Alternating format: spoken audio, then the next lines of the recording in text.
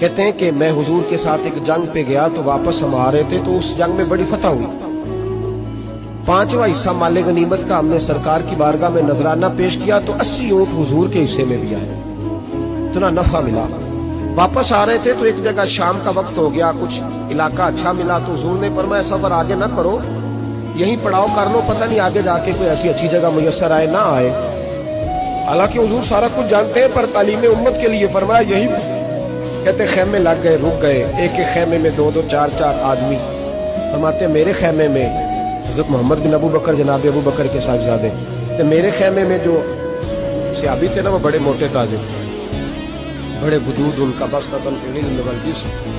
मोटे तगड़े। मगरिब की नमाज पढ़ने हम हुजूर अलैहिस्सलाम की बारगाह आली मरतबत में हाजिर हुए। हुजूर के पीछे नमाज पढ़ी इक्तदा में।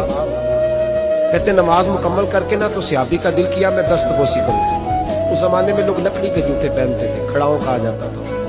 हुजूर के कदमैन शरीफैन पर नालैन मुकद्दस नहीं थे और हुजूर का वजूद ना बड़ा नाजुक था।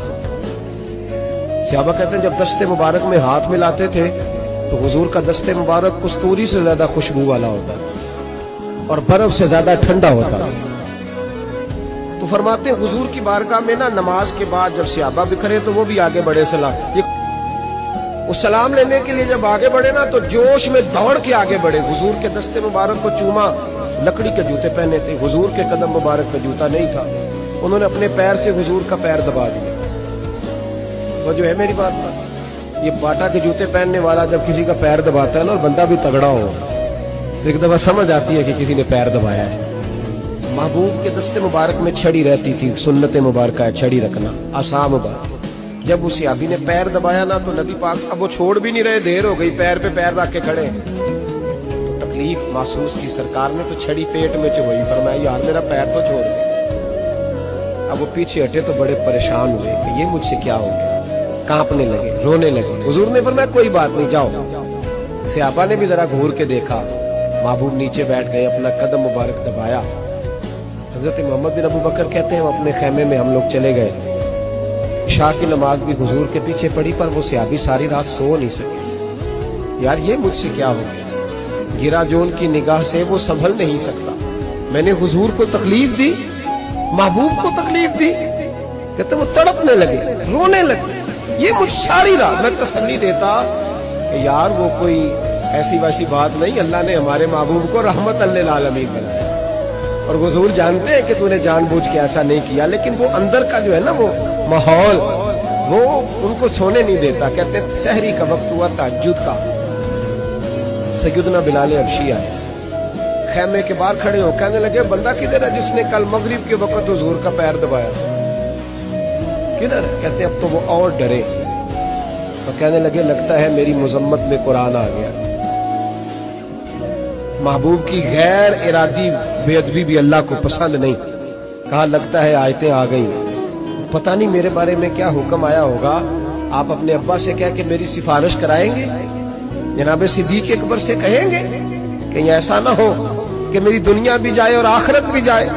कहते तड़पते सिसकते दरे रसूल पे पहुंचे, शहरी का वक्त, हुजूर तशरीफ फरमा है। कहते अब मैं और वो मुंतजिर थे कि कोई ऐसा हुक्म आएगा, पता नहीं क्या बनेगा और उस हुक्म के मामले में फिर कहां तक बात जाएगी।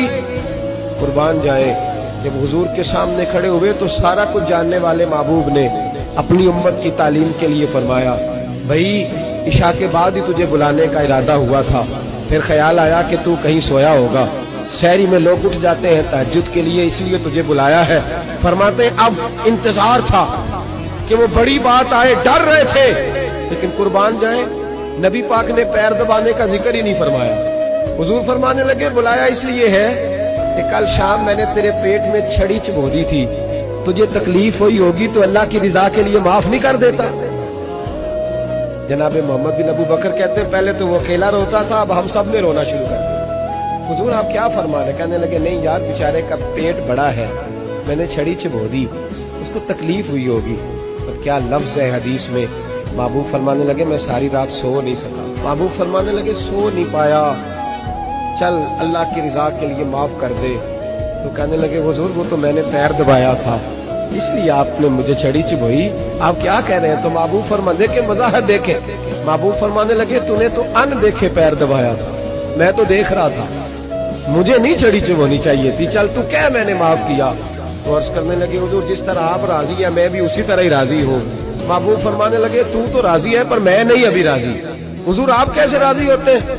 फरमाया जी 80 ऊंट मेरे हिस्से में आए हैं, अगर तू सारे तोहफे में कबूल करे तो मैं राजी हो जाऊंगा, तोहफे में रख ले सारे। कौन देता है देने को, फाजिल बरेलवी का अंदाज में जरा देखिए, कौन देता है देने को, इसका पंजाबी तर्जुमा है कि कौन देता है, देना वास्ते जिगरा चाहिए, कौन देता है देने को, मुंह चाहिए, देने वाला है सच्चा हमारा। और